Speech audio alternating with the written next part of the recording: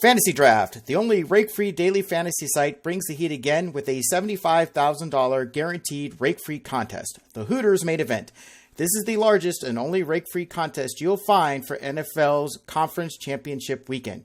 And remember, only on Fantasy Draft are 100% of your entry fees paid to contestant winners. Sign up at FantasyDraft.com with referral code WBLZ, and you'll get a free 7-day trial membership. Ironic Radio proudly presents Daily Fantasy Sports, Fantasy Foreplay, powered by DailyFantasyLines.com.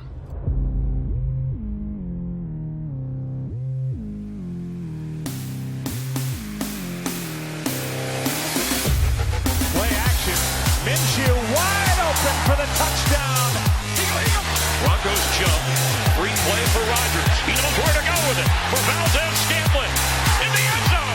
It's a Packer touchdown. Jamal Agnew was benched a week ago in the win over the Chargers. But back in there today, a dangerous return man is Agnew, and he's across midfield, and he might take this one all the way. He will take it all the way. Jamal Agnew, 100 yards. No penalty flags on the field. And the flea flicker. Carr has an open receiver, and it's J.J. Nelson. And Nelson is in for the score. Mahomes looking to throw it. He will. Delivers downfield. Catch made. McCall Hardman. Goodbye. A blur. Touchdown, Kansas City. On 4th and 5. Jones steps up. Takes off. He's in. Touchdown. Prescott to the end zone. Touchdown. It's another one for Amari Cooper. Baltimore Ravens on the move. Back to the bread and butter. Slashing is Ingram. Mark Ingram, a stiff arm, and he hurls inside the pylon. Touchdown, Baltimore. Philip Lindsay. Is he stopped? No. Touchdown, Broncos. That's picked off. They're going to come the other way, and this is Jamal Adams with a block and a pick six. 59 seconds to go. Kyle Allen over the middle. That one is complete. DJ Moore in for the touchdown. Gibson Klein travels to the 47, and Harris with a little wiggle, and there he goes. Deontay Harris going to take it the distance. I don't believe what I just saw.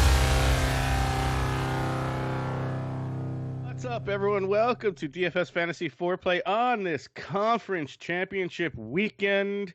Oh, this is probably the very end of DFS football for the 2019-2020 season. Joining me, as always, is Dan McClellan, Senior Staff Writer, Ironic Media, and my stat man extraordinaire, Mr. Webboy. Gentlemen, welcome to the program. How are we all doing? What's up? It's cold here in the Northeast. That's all I got to say. Hey, I got oil delivery. It's still cold. Don't go outside. I don't recommend it. Dan, how's the weather in lovely San Diego? Oh, we got a smattering of rain this morning, so I don't need to water the garden. Other than that, pretty good. Yeah, 75 degrees. Yeah, something like that. Yeah, I hate you. How was everyone's divisional playoff weekend? I actually killed it last weekend and made more money than I've made at any other point during the season. Mine was frustrating because it was exactly how, I was on all the right players. I just didn't put the pieces together in the puzzle. I had 170 points, still didn't cash it because there were so many big plays last week, but it was, I wasn't on Trevor Coleman at all, so that certainly hurt. I wasn't on Coleman either at all, but I still, in fantasy draft, I think my top line was, trying to look here, 206.74 was my top line. And that consisted of Mahomes, Duke Johnson, Mostert, Marquise Brown, Devontae Adams, Travis Kelce, Kittle, Damian Williams, and Tennessee Titans. It's amazing we had this conversation while driving around. You could put up 180 plus points last week and still not get into the top 10. Yeah, Yeah. DK. I had a line that was 197 and change, and still only made a modicum of money. Not the kind of money I should have made any other week. I probably would have taken all these tournaments I played, but not last week. Yeah, it's just like, you track your DFS as the games go on, and I'm sitting here going, I'm going to walk away with a couple $1,000. There was times I thought that last week too. I was like, after the Saturday games, everything was looking good. I think what really hurt me was that I wasn't on many Seattle players, and that comeback in the second half is what kept me out of the money. But even though they didn't win the game, they did enough from a fantasy perspective to hurt me. But this lineup, my 206-point lineup, I had no Seahawks. Well, good for you. But I mean, I also had Duke Johnson or Raheem Mostert. Now, imagine if I had Tevin Coleman as opposed to Mostert. Well, let's talk about that for a second. There's nothing we could have done about that. He came down with the flu, and it wasn't on the injury report, and it wasn't on the injury report, and it wasn't even really made well known until the game was playing. Right. He got 5.8 points, 58 rushing yards. I mean, for a guy who has the flu, I mean, can you really fault him? No. But what I think is interesting is that the prices this week, all of a sudden Coleman went from 7,000 to like 11,000 something, and on the other side he drops to 9,000. So there's certainly value. I'm back. I'm not going to buy into the recency bias of Tevin Coleman, and I'm going to go back to Mostert. I'm going to go back to the well on that one. Especially because he had 7.5 yards per carry the last time he played Green Bay. Exactly. And I think that it was a product of him and his health and the flu-like symptoms he had that kind of put Tevin Coleman in the position he was in. I think we see a flip of role reversal this week, and he's the lead back, and Coleman is the spell back, and then sprinkle in your Matt Breida wherever you want. Now watch, we're all wrong, and it's a Matt Breida week, and I probably won't have any shares of him. I'm not going to go that crazy. It's not like I'm playing, 20 lineups where I can go, okay, I can put Breida in this one lineup and shift this shit around. I've done very well in 2-game slates. I like them a lot. So there's a couple things that I think we need to accomplish here in building our lineup today. Is at the end of it, we need to go back and says, can we tell a story with this lineup that makes sense? Is there a let's predispose what the game script is going to be. That I think that's huge in building a 2-game lineup. The other thing is we can talk about Kelce and Devontae Adams and Henry and Mahomes, but everybody knows those players, and you can't get them all into your lineup. You've got to get as many of those pieces as you can. Yeah. So to me, it's then, what are those under-owned guys? The guys are off the radar that could be this week's version of Coleman that you want to get a piece of. And I'm not saying that they're in all of your lineups, but if you're building multiple lineups, that at some point you're getting some exposure. I'm sure you guys have some guys you're interested in. There's 3 for me that I'm really interested in playing this week.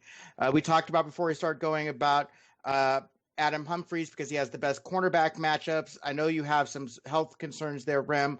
What I see in Humphries is that I look back to when the Titans played the Saints and Sharp went up against P.J. Williams in the slot, filling in for Humphries, and tore P.J. Williams apart. Now Humphries has even a better matchup than P.J. Williams in the slot, and if he's back in and getting a fair amount of snaps at minimum price, I think that's a great play. The second running back that I'm really interested in is Jamal Williams. The last great or decent game he had was actually against the Packers, where he had 15 points. And I see a game script here where if San Francisco gets out to a big lead, where it isn't Aaron Jones down the stretch, but a lot of dump-off passes to Williams, where he gets 4 or 5 passes for 50 or 60 yards. And if he gets into the end zone, all of a sudden you have a 20-point performance where Aaron Jones is less than 10 points again. So I think that is a possibility. And the third player that I'm interested in having a share of stacked with the Chiefs defense is McCole Hardman because of his return capability. He had a return for a touchdown in Week 17 against the Chargers. He was a big part of the comeback last week in terms of his return yardage. So imagine if you have him with this Chiefs defense and he happens to break one for a touchdown, all of a sudden you've got a double score. And that could set you apart from the pack. So in the lineup builds, those are the three guys I'm trying to get it on the cheap side so that I can get some of the more expensive players in.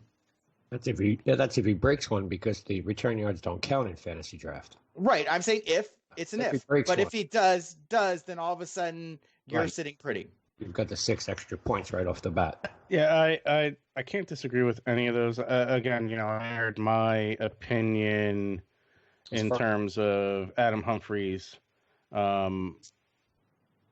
It's make or break it week. Outside of this week, what do we have left? You get to go pick Pro Bowl players in the Super Bowl. What fun is that? Yeah. I can buy into it. My brain has kind of been going towards the game scripts in terms of, really focusing in on the Derrick Henry. And Webby and I had a conversation about it that at $17,000, maybe it's not worth paying up and maybe taking the other side of that ball and taking Damian Williams. I found myself building a lot of stacks using Damian Williams. I have a couple shares of Hardman. I have a couple shares of Sammy Watkins. I think Sammy Watkins is going to be low owned, off the radar. He did a lot with 2 receptions last week. I think he's part of the game script. I've also been building a lot of lines with 2 tight ends, going after Kittle and Kelsey and working around that. I did that last week with great success. I agree with that approach. So let's say, hypothetically, I have a hard time not playing Henry based on the fact they just tore apart the top 2 run defenses, and now he goes against one of the weaker run defenses, and he's going to touch the ball 30 times because he's touched it 120 plus times the last 4 games. However, if you say, okay, you're going to build a lineup without him because maybe the Chiefs are able to find a way to shut him down, or maybe he re-injures his hamstring in the first quarter. It's not a matter of being shut down. I think it's a matter of if Kansas City gets that ball first, goes up 7-0, right? You're right. But let's say you're going to go that route. Then I would say you're talking about building a game script that makes sense. Okay, well then maybe that's where I get my McCole Hardman and my Kansas City defense, because I don't have Henry, so I'm playing the Kansas City defense, that stack. And because I'm not playing Henry, I can then go get Devontae Adams at a similar price.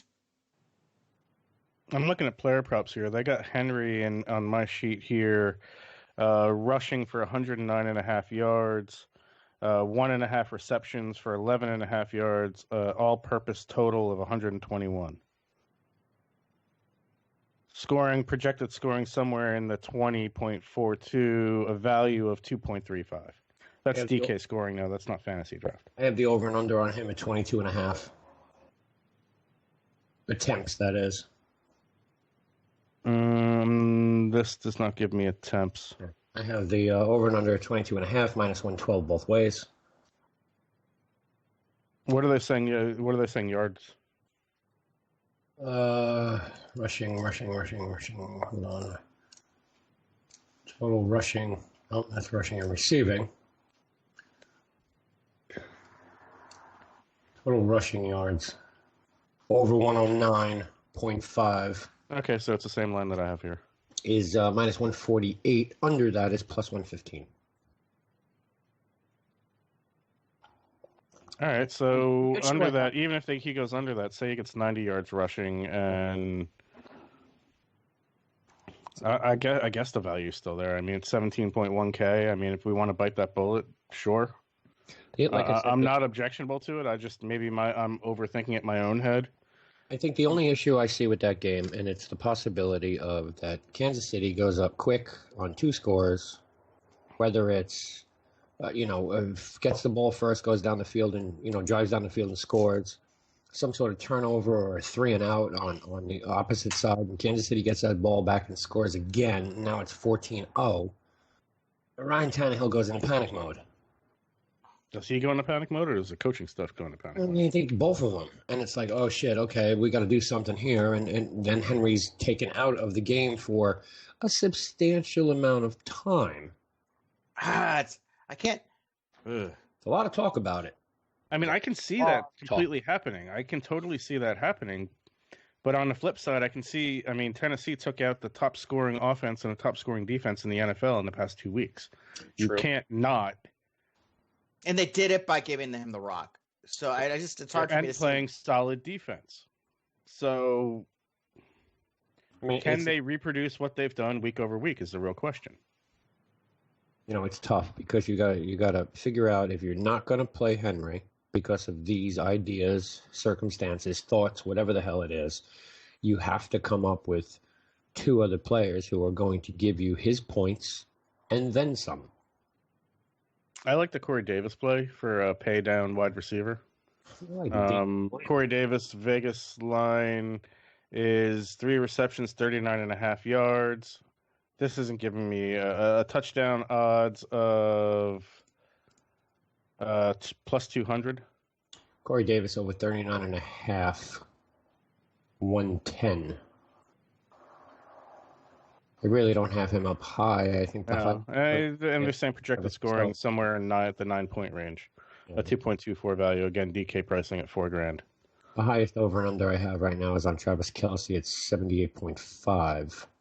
And then Tyreek Hill at 75.5. The highest one I have over here is Devontae Adams at 84.5.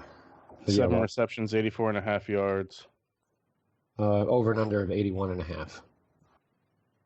Minus 130 on the over, plus 105 on the under. Okay, so why don't we do this? I'll slot Henry in if we need to make up money. We know we can come back here and see if we can figure something else out. I'm not opposed to it. Like I said, I like to play against the odds sometimes, and I think the issue here is if they go up early, you're not going to see Storm Henry as much as everybody thinks. RB2, do we want to plug in Mostert, or is there someone else like a Damian Williams, and we put our lion's share of cash in this AFC Championship game? I like the Damian Williams move, but I think Mostert's a better value and a better matchup. Yeah, and he's $3,700 cheaper. The other thing is game script. Do you see both Henry and Williams going off in a same game? It's a close game. You saw it last week, too. I mean, what did he have last week? 26 points for Damian Williams? And what did Henry have? 40-something? No. They weren't in the same game. No, this is true. All right, I'll plug Mostert in. I like the Mostert play better. I think the matchup is better. Yeah. Why don't we talk about QB here? Because there is a lot of variance. You're either paying, in my opinion, you're either paying up for Mahomes at 14.9 or you're paying down for Garoppolo at 10.9. Wow. I see. That's my opinion. I know the Tannehill play can be good, but you can make an argument for any one of these 4 guys. If San Francisco is up a ton of points, Aaron Rodgers becomes a great play because of the garbage time. If Kansas City is up a ton of points, Ryan Tannehill is going to have to throw the ball, makes him a great play at 10.9K. Right. You know, Jimmy Garoppolo is a solid play. He's got a great cast around him with Emmanuel Sanders, Debo, and Kittle, not to mention his little dump-off passes to Mostert or Coleman or Breda. I mean, and we can't forget Kendrick Bourne either, who out of nowhere last week scored a touchdown and a ton of yards. So I mean, you can make an argument for any one of these guys. You got to draw a line someplace, though. Go ahead, Dan. So when you look at the matchups, which are Tannehill has the best matchup. He's the same price as Garoppolo, and he's averaged 3 more points a game than Garoppolo. I feel like I'm talking about a kid's TV character, the Garoppolo. Look, we broke it down last week, and I still think Tannehill is the better play at quarterback. You're going to get the same amount of points between whether you if you're buying down, you got two quarterbacks here at the same price. So it's not really a buy down because you got two and one possibly Super Bowl starting quarterback here in Jimmy Garoppolo this year. But I think the Tannehill play works out a little bit better. I think that's all in how game script goes, because Tannehill, while he was a great value play last week, was a bust when it came to scoring. 18 points ain't really so much of a bust. Well, here's what I points, okay. Right? Here's the other reason why I and it goes to the matchup is that there is no standout cornerback on the cheaps. They all allow about 1.6 to 1.8 points per target. They all allow around a 50% catch rate. So I think there's enough there for Tannehill those opportunities are going to be there for him. Yeah, especially if they're down in that game, which I'm not going to say that's the case, but there's a very good likelihood that, they're down by 14 and it's got to pass the ball. Yeah, we're going to give the ball we're going to give the rock to Henry, obviously, at some point, but you still got to pass that ball down the field to put him in position to score. I don't think he's going to have some sort of 2 or 3 40-plus yard breakouts. I can't see that happening, especially how fucking cold it's going to be there. Okay, and I think this is a trade-off, but I think one of the interesting things about either quarterback is that you can stack them with their top receiver at a value. I mean, Deebo Samuel at 10-4 and A.J. Brown, I like them both this week. And I think, that you could, that is a value stack that allows you to be able to build elsewhere. I don't disagree with that. I think if you're going to plug in Henry, you plug in Tannehill and grab both sides of that ball. Running and passing. All right, I'll put Tannehill in. You've convinced me. When it comes to, I think we got to go with Dan's idea of the stack of A.J. Brown at 10-2. Yeah. And I'd like to elaborate on that a little bit is I think a lot of players are going to be, from a fantasy perspective, shying away from Brown because of what he has done so far in the playoffs, which has scored a total of 4.2 fantasy points. 2 receptions. 2 receptions for 13 yards. But you have to go and look at what his cornerback matches have been for the last 2 weeks, and they have been brutal. Yeah. And then you go back and you look at, well, what did he do the previous 4 weeks going to the playoffs? And he averaged about 26 points a week. And he has a much favorable cornerback matchup this week. And the game script is there to be throwing the ball. So I like this Tannehill Brown stack. In those 4 weeks, and we're talking Oakland, Houston, New Orleans, and then Houston again, you're talking what, 115 fantasy points in 4 weeks? Yeah. Yeah. That's crazy. I have A.J. Brown slotted in. Yeah. Can someone give me the cornerback matchup for Alan Lazard? Yeah, it'll take me a second, but I'll get it. Because I have Kwan Williams as his matchup. I think that's right. And then looking further at that, Kumaro is drawing Richard Sherman, and they got Devontae Adams against Akilo Witherspoon. And as much as I like to fit Adams in here, I don't know if we can do that if we want to get any piece of Kittle and Kelsey if we want to go down that road. I know where you're going. Okay. That's the hard look at Lazard. What's the matchup, Dan? Okay, so of the 49ers matchups, if you're going to pick on a 49ers cornerback, you want to pick on I'm looking at the wrong one here. San Francisco. No, I got Richard Sherman. See, I got Jake Kumaro with Richard Sherman. So I got right receiver is. Why wouldn't Sherman be up against Devontae Adams? Because they're going to move Adams around to get him away from Sherman. Because Sherman only plays one side of the field. He plays the left side of the field and only the left side of the field. He doesn't travel. So they will take Devontae Adams and put him in the slot or put him on the right to give him space. It just makes sense to me. Okay, that's interesting. So I'm looking at last week's chart because Laura didn't do an article this week. So I'm moving in my mind. I'm moving like making the arrangements here. So that's interesting information. So yeah, you might be right that Lazard is going to end up with Sherman just to keep Sherman occupied. Yeah, but here's the thing: even if he's on Williams, that's another tough matchup in terms of fantasy points allowed. He does allow a fairly high catch rate of 65%. But only 1.35 fantasy points. Yeah, the matchup to attack is Akil Witherspoon, who allows 2.17 fantasy, but I think we can pay up and get Adams because we've got the Tannehill, Brown, Mostert. Well, it all depends on what we want to do at tight end. Do we want to go and attack and get Kittle and Kelsey? Because if we are, that's taking a lion's share of our cash. Well, okay. I think at a minimum, because we have this Tannehill, Henry, Brown, I think we need to go and at least get a share of the KC side of the ball, some way, shape, or form, whether it's Hill or Kelsey or Watkins or taking that flyer on Hardman, something in that semblance just to get a piece of that side of the ball. Well, the reason why I would go towards Hardman is that he had the same amount of targets as the Watkins and I'm sorry, the other.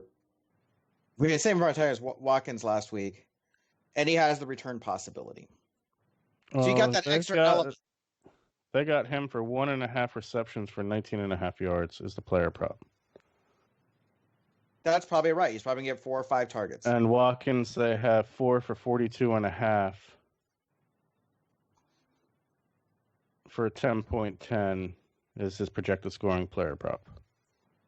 So they got Tyreek Hill at 5.5 for 75.5, 17.5 points. If you throw Devontae Adams in and puts Travis Kelce untouchable, still gives you Kittle, who has a great matchup, but do you trust him when Jimmy Graham scored more than him last week? That's because San Fran, all they needed to do to win that game last week was run the ball against Minnesota, and that's exactly what they did. Yeah. If you look at the share of run versus pass in that game, nobody scored more than 7 points. Yeah. Garoppolo had 8.24 points. Kendrick Bourne had 13 points because he had 3 receptions for 40 yards and a TD. Deebo Samuel had 3 receptions for 42 yards and 6 rushing yards for 7.8. Sanders had 2 receptions, 33 yards, 5.3. Yeah, there was no anything. So, I mean, do they go and try and beat Green Bay down by just using the run? I'll tell you, I would like to get either Hardman in here as a value play or Jamal Williams. Well, if you put in Devontae Adams and Travis Kelce and then punt defense and take the lowest, it still leaves you $17.8 for 2 flex spots, which isn't a tremendous amount. Well, here's the thing: the last time Adams Green Bay and San Francisco played in Week 12, the 2 highest scoring offensive players for Green Bay were Devontae Adams and Jamal Williams. So if you throw Jamal Williams in there... Yeah, but wasn't Aaron Jones hurt? It gives you Deebo Samuel. Aaron Jones actually had like 38 rushing yards in that game. It's just that the defense shut him down, and they went to end up... Jamal Williams ended up having 7 receptions. In garbage time, because they pulled Aaron Jones out. So it's the same script happened where it's garbage time. But he also had 11 carries for 45 yards, averaged 4.1 yards per carry, and had 7 receptions for 35 yards. So you're saying take Titans D to go up with Henry. I can buy into that. That's 4,200. That leaves us 8. What's the lineup right now? What do you got? Tannehill, Henry, Mostert, Brown, A.J. Brown, Devontae Adams, Travis Kelce. All right, and you throw the Titans defense in there, which is going to get you 10 points, and then you're left with Jamal Williams and Deebo Samuel for nothing left on the table. I don't hate that. like the Debo move for sure. That gives us a piece of every team right there. The only thing it doesn't give us exposure to is Tyreek Hill. So yeah, but you're not going to be able to play everybody. That's right. You can't. You can't. And I mean, the thing with Hill, I think that he could go off and have a 40-point game. Yeah, but the last 3 weeks. But I look at what he's done over the last 2 months, and it just hasn't been there on any consistent basis. Where it has been with Devontae Adams, it has been with Derrick Henry, to a lesser extent, Raheem Mostert, and even AJ Brown has had consistent. It's the lack of consistency I see with Kelsey. Yeah, I mean with I agree with you completely. I'm not opposed to this lineup, and I'm not trying to sway anybody to it, but I know, Dan, you were hot on Jamal Williams, and we all like Deebo Samuels, and it plays out perfectly. The only thing we're losing here is the defense. It'd be great to be able to go up and take the Niners or the Packers or even Kansas City, but it's just, you got to punt somewhere. Okay, so why don't we do this? We'll enter this lineup, and we've got a couple of minutes. Why don't we, you want to build another one? Completely contrarian to this? See how they compare to each other? Putting in the players that we couldn't fit? Can do that, or do you want to go build a DraftKings lineup? Dan's not on DraftKings, so he has no correlation to that, so that'd be tough. Pricing would be an issue. Actually, I got a pretty good lineup over there. Yeah, well, you want to build another one and go the opposite way? Oh, there you go. I think I was out of it for a second. Can you hear me? Yeah, we got you. We're going to build another lineup going contrary to what we had. Okay, so here's where, if you don't mind, what I like to start is with that Hardman Kansas City stack, and go from there. Okay, but I want to go Mahomes. Okay. Right. And I want to go Hill. Get a piece of that. Unless you really feel strongly, you feel strongly that there's no point in getting a piece of that. I know I don't feel strongly. Because now we're building multiple lineups. If I'm building one lineup and I have to make a choice to fade between that, I'm not like Hill could have a huge day, but he just hasn't shown the consistency of late that it's there. All right, so Hill's in there. So then we got to get a piece of Aaron Jones. But that's what we got. Okay. Aaron Jones. I'd like to. How about a piece of Damian Williams? Complete that. Or you really feel strongly about Hardman? I feel strongly about that. There's a decent chance of. It's not decent. It's that in a GPP setting that Hardman Kansas City stack just seems really, really intriguing because he had a touchdown return late in the season. And he had a lot of, the possibility is there. And he had as many targets as any other besides Tyreek Hill, any other wide receiver, Watkins or anybody else on the last week. All right. So we have Mahomes, Aaron Jones, Tyreek Hill, Hardman. Running back. And Kansas City defense. And you want KC's defense. Okay. Tight end.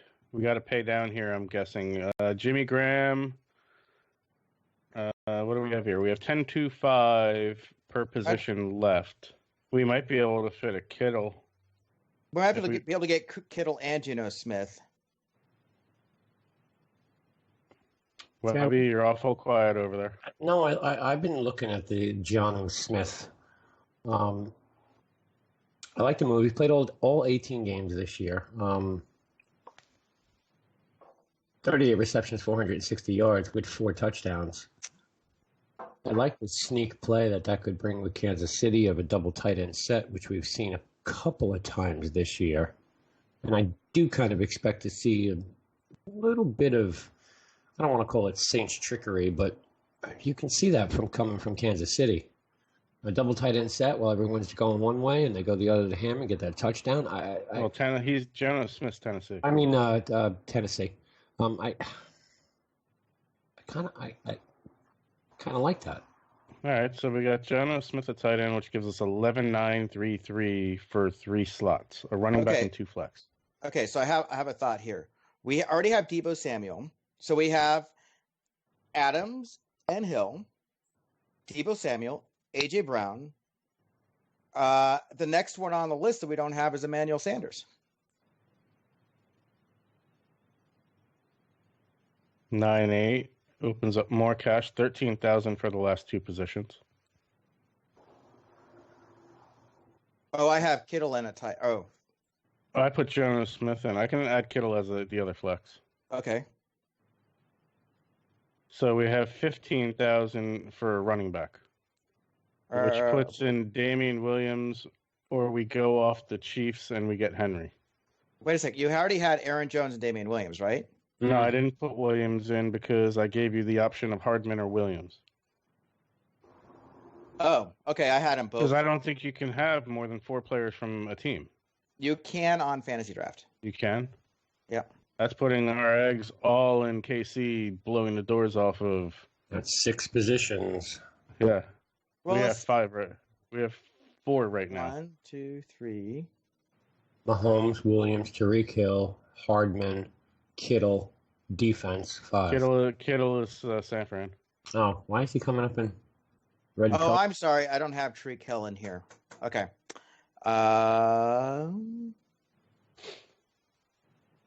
So what I had, let's see, it's interesting. I mean, I would be interested if we wanted to get Henry. So we have Mahomes, Jones, Henry, Hill, come off of Hardman, go down to your Humphreys play, and we could fit Henry. And I think it would leave 300 on the table. All right, so you're coming off of who? Hardman, and go into Humphreys. Leaves 200 on the table. Oh, okay. We could. I really wanted to do the Hardman Chiefs stack. I'm not down with Humphreys. I'm not playing for over a month. No, we're not making that mistake again. We've done that way too many times, taking a guy coming off an injury who puts up a whopping 3 points.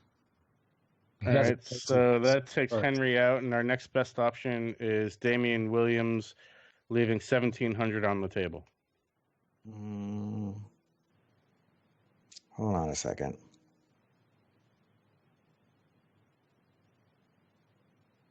Who's in our second wide receiver slot? McCall,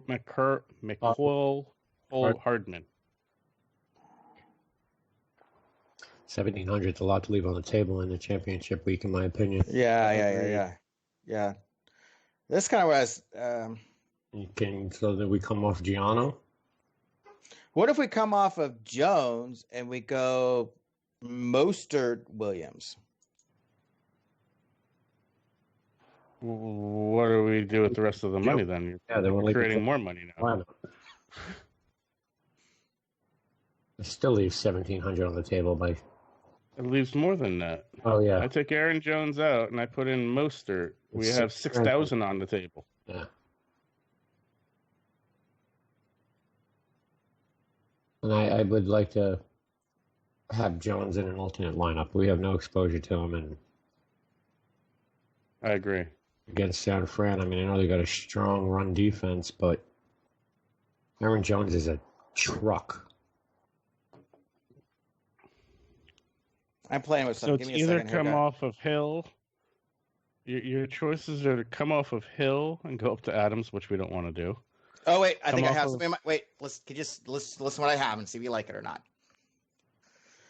Mahomes, Mostert, Williams, Hardman, Hill, Kittle, Devontae Adams, Corey Davis.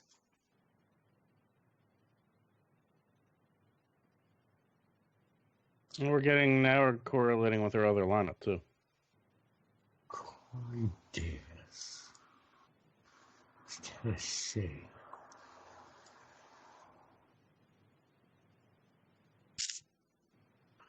Hold on, I want to take out Jonas Smith and put in Kittle as the tight end. That gives 8,800 for the flex spot. 8,800, we could put in Corey Davis at 7,600. Still leaves 1,200 on the table. I have Mahomes. I have Mostert and Williams. Then I left Jones in because we both want to share a Jones. Okay. That's the one guy I really want to fade. I don't know how you can. I know we're talking bias about what happened last time these two played. I don't think it's going to be the same game. You guys put up 20 points in the last 6 weeks. I don't think it's going to be the same game script that happened in Week 12. Excuse me, 5 weeks. No, You know, we got Mahomes, Jones, Williams, Hill, Hardman, Kittle, Sanders. That leaves 8,800 on the table. We can either take the 8,800 and throw Lazard in there. We could take the 7,600 and throw Corey Davis in there and go up from Emmanuel Sanders to... Okay, I have another way of doing this, but it means playing 3 tight ends. Kevin Coleman, maybe. So this was a 3 tight end spot, which is interesting. Mahomes, Mostert, Jones, Hardman, Hill, Kittle, Kelsey, Smith, Chiefs. So wait, is it? It's Mahomes, Jones, Mostert, Hill, Hardman, Kittle.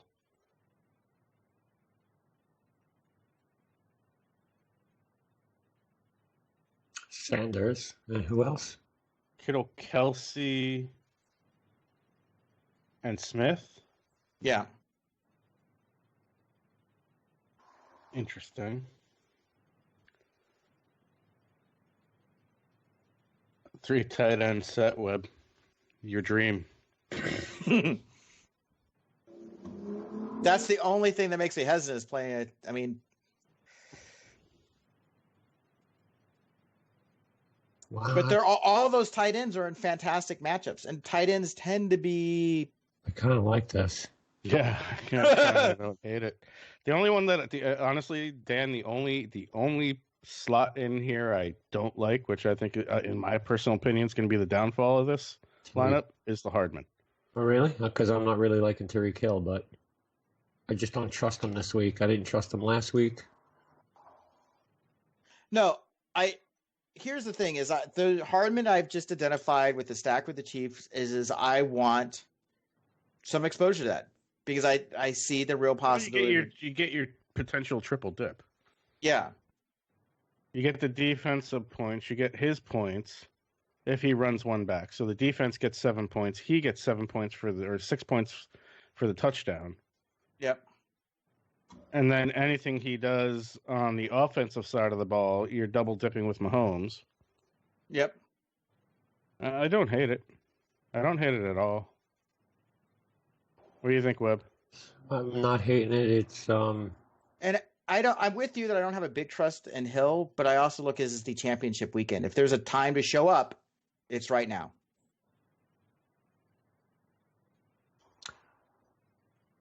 I mean, if he rips one off for 90 and a touchdown, he hit value.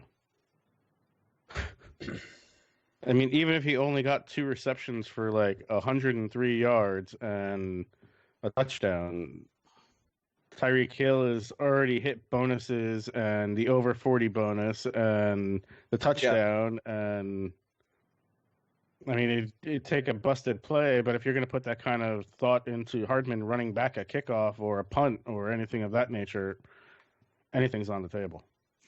Doing some rough math, just looking at Hill going back to week 13, he's pretty much averaging 5 receptions for 60 yards a game. So that's, 11 points right there.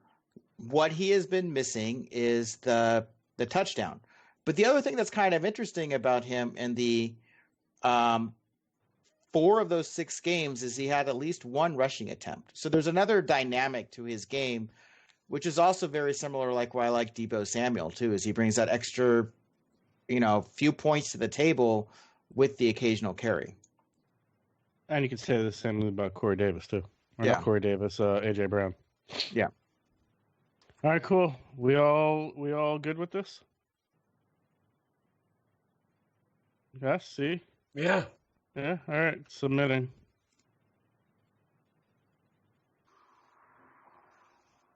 Alrighty, Webby, it's that time of the program. Give us your sports bets. It's tough this week. If you want to chase the money and you want to run a 2-team parlay, you take the Tennessee Titans and the Green Bay Packers. That's the only way you get odds this week that are worth anything. 1344 on that. Or you can run with what a lot of people feel is the Super Bowl I matchup. Kansas City Chiefs versus Green Bay Packers at plus 401 on the money line. The over and unders are quite interesting this week. Tennessee versus the Chiefs is a 53-point over and under, whereas the Green Bay Packers and the San Francisco 49ers are 46.5. That moved because that opened at like 44.5 or 45. Sharks are moving that. So if you're looking at the Kansas City Green Bay parlay for the repeat of Super Bowl I, then there's a good chance you should take the over on the Green Bay game. That'll at least push your parlay up to a 3-bet parlay at plus 810. And that's a real possibility of happening right there. The other thing you could do is take the Tennessee Titans over and under and tease it or push it whichever way you feel. I think it should be over 53. And you could push that up to maybe push it up. Kansas City, given, I don't know, maybe 6 more. Which will definitely give you better odds on that side. I mean, it's tough this week with these two teams. I mean, even Vegas is having a tough time. If you look at these odds straight up or where they're placing them, there's not a lot of money to be made unless you're looking to take the sneak route. I do like the Kansas City Chiefs, the Green Bay Packers, and the over in the Packers game. I think that's a smart bet. Still rolling the dice on the Green Bay Packers. But that's, after that, it's quarters and halves at that point. That's where a lot of your prop bets, quarters and halves. Who's going to score the first? Who's going to win the first quarter? Kansas City to win the first quarter, Kansas City to win the second quarter, maybe Tennessee to win the third quarter. I think that's where most of your money is going to be made this week if you're looking to bet lines. It's a very, very interesting, having this conversation, and we were talking about player props throughout this entire show. Yeah. And anybody who follows fantasy in the industry knows this past week was the FSGA, Fantasy Sports Gaming Association annual meeting. Yep. And they actually brought in a panel of Vegas odds bettors or odds setters from all these legal gambling sites that are all over the place now. And they point in case flat out said, we lose most of our money on player props. Sure. I mean, you want a great player prop? I'll give you one. Player to score 2 touchdowns or more. Ryan Tannehill at plus 4,400. That'd be a great. Well, if that's the case, can we quickly do a prize pick? Let's pick 4 real quick, and I'll run down some numbers. You guys, if anything jumps out to you, like a severe over under, let me know. By the way, I've been playing prize picks. They gave me, just to disclose, $500 worth of promo funds to play around with. I'm down to $375.50, and I have $130 worth of credit, so I'm up $5.50. Excellent. Go ahead, run it down. Okay, so we're either going to go over or under these, and these are pretty much the PPR things. So Ryan Tannehill, 17 points. Patrick Mahomes, 26.2. Derrick Henry, 19. Damian Williams, 16. A.J. Brown, 13. Tyreek Hill, 16.8. Corey Davis, 8.2. Travis Kelce, 18.8. Tarjay Sharp, 7. Sammy Watkins, 9.5. And the rest were into like kickers and defense. Oh, I'm sorry. Aaron Rodgers, 18.2. Garoppolo, 17. Aaron Jones, 15.5. Over. Okay. And Alan Lazard, 6. Over. Debo Samuel's 11.6. And that's pretty much it. Can you run down the first game again? Okay, Tannehill 17, Mahomes 26.2. Under. Under, okay. Derrick Henry 19. Over. Damian Williams 16.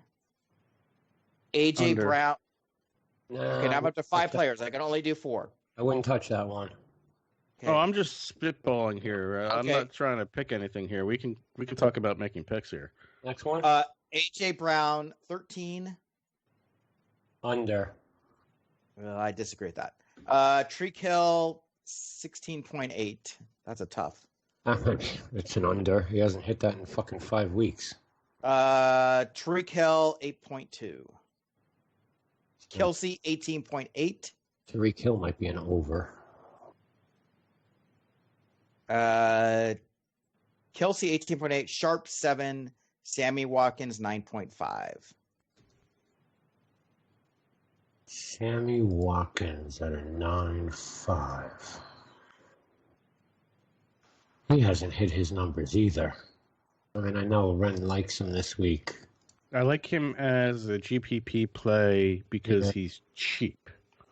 On DK, he's $4,600 compared to Devontae Adams at $7,900 and Hill at $7,200.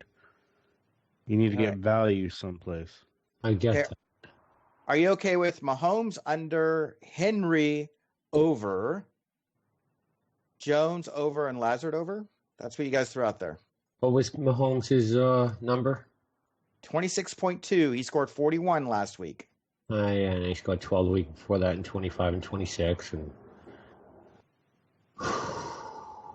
I'm okay with that. I'm not a big fan of it, but I'm okay with it. Is there anything else you're more... Tannehill at 17 going over? Tannehill's put that number up. I mean... How many... can we pick any position? There's no... You have to pick a quarterback, a wide receiver, anybody. You can pick anybody. And we could pick... We're not going to do this, but we could pick 3 NFL guys and 1 NBA guy. Right. or 2 NFL guys, an NBA guy, in golf round 4. Right. It's a max of 5 players, right? Correct? Yeah. I've played with this before. I stopped doing that because DraftKings lets you just pick as many as you want. Not a big fan of the Mahomes move. I'm more of a Tannehill over than Mahomes under. I mean, last week, all right, he had a 109 quarterback rating and 7 for 88 with 2 touchdowns, and he ran the ball a bit for a touchdown himself, and that's what put him over them numbers. Last week was the Derrick Henry show. I mean, 7 completions for 88 yards was his passing. Like I said, I don't think the game script, I think he needs to throw the ball more. I like the over on that. I really do like the over on that. I mean, in either way, 17 is a push for him anyway. So, if I was to make one adjustment here, it would take Lazard out because of the matchup there, even though it's only 6 points. Yeah, I would take Lazard out. And I might move over to Kittle going over. Lazard at 6, I think, is free money. Okay, we'll leave That's it then. my opinion. I mean, what's his right? average? He only really has to catch 2 balls for 40 yards. Right. I mean, despite what the matchup is, so that's true. Okay, and then his average is 6.25. I mean, last week, he was not part of the game. Period. He had 1 rushing attempt for 5 yards. But against the 2 big teams, Minnesota in week 16 and Detroit in the final week, what do you feel more confident? Lazard at 6 or Devontae Adams at 17.8? Devontae Adams at 17.8. Over on Devontae Adams and Lazard. I'd like to take both, but you're giving me the choice. I'm taking Devontae Adams in the over. Okay, so Adams over 17.8. Aaron Jones 15.55 over. Derrick Henry 19 over, and Tannehill over. I like it. Yeah. Okay. I don't mind that at all. All right, gentlemen. Parting words. Okay. I'm going to do $25 in a flex play, which means if we hit 3 of 4, it pays 1.5. If we hit all 4, it pays 125. Well, that's not bad. If you do a power play, you don't do the flex. You have to fit all 4 for 250. That's still not bad. Still not bad. I feel pretty good that 3 or 4 of these are going to hit. I'm going to confirm it for that. Cool. All right, gentlemen, parting words. I was trying to look up injury reports to fill us in, but I don't have any. Oh, they are just not reporting shit. Everything's as of Wednesday. Everybody's playing. My parting words is when you build your lineup on a 2-game slate, tell a story to yourself on why it makes sense. And if it doesn't make sense, build a different lineup. Those are smart parting words. Yep, I concur with that. I totally agree with that. I'd like to say good luck to everyone. Thank you for tuning in all season long. We hope we helped you make smart choices and win some money. We also hope you didn't follow all our picks down the line, because our story sometimes didn't work out. Thank you for being part of our little program here. Yeah, definitely. And who knows, we're talking about possibly doing something XFL. We haven't got that far yet. We have some time to figure out what exactly they're doing. So you may see us in a couple weeks with XFL coverage. But when does XFL look start? To Twitter. March. No, that starts February. February? It starts the week or 2 weeks after the Super Bowl. And they still haven't gotten back to me about the other shit. You know what? We should do it because nobody else is going to be doing it. Well, not nobody else, but I like it. Well, we got to see what exactly the rules of play are going to be and all that, and see if it even makes sense. Yep. Okay. Yeah. All right. So this has been DFS Fantasy Foreplay for the 2019-2020 football season. We thank you all deeply from the bottom of our hearts for all your support. And until we meet again, we are out of here. Good luck.